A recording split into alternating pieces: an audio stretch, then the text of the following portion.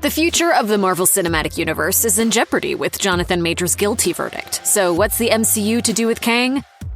Jonathan Majors has been at the center of the news cycle for some time now for alarming reasons. Multiple allegations of abuse, his public relations team cutting ties with him, and news of him being dropped from various projects have taken him from a Hollywood rising star to someone who's virtually untouchable. On December 18th, the Marvel actor was found guilty of harassment and assault in the third degree. Now, Disney has announced that Majors will no longer star in the Marvel Cinematic Universe. We just crossed the threshold. No other background details have been announced as of the making of this video, but The Hollywood Reporter noted that Marvel Studios will still be moving forward with the upcoming Avengers: The Kang Dynasty film.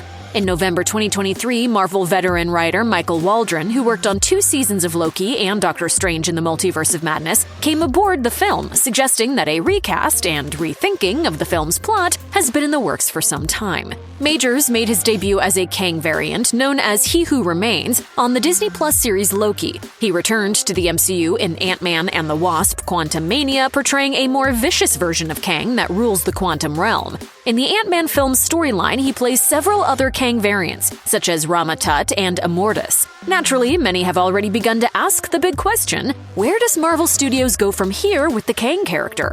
Throughout the MCU's Phase 4 and Phase 5, fans have gotten well acquainted with the multiverse. Various forms of Kang have been depicted as masters of the multiverse, capable of traversing it, bending it to their will, and working together to take out anyone against them.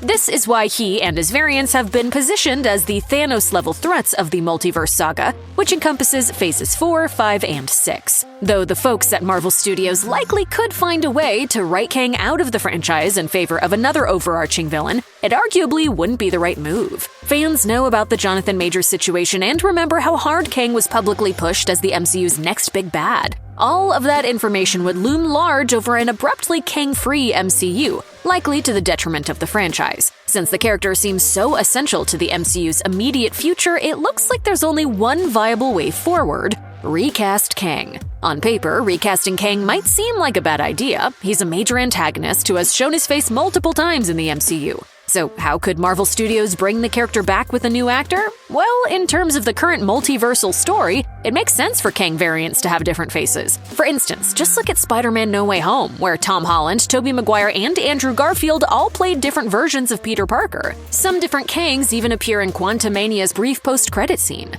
Yes, variants can have differing faces in the MCU, but there's behind-the-scenes precedent too. Since the earliest days of the MCU, actors have been swapped out in favor of new ones, one of the most notable examples being Don Cheadle taking over for Terrence Howard as James War Machine Rhodes.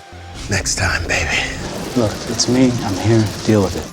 Then there's Mark Ruffalo becoming Hulk following Edward Norton's departure, and Catherine Newton replacing Emma Furman as Cassie Lang. Even Thanos went from Damien Poitier to Josh Brolin, proving there's no role too big to recast in the MCU. Regardless, there are so many ways Marvel Studios could handle the future of Kang the Conqueror in the MCU. Given how meticulous Marvel Studios head Kevin Feige is with everything else, though, it stands to reason he and his team already have a multiversal plan in the works.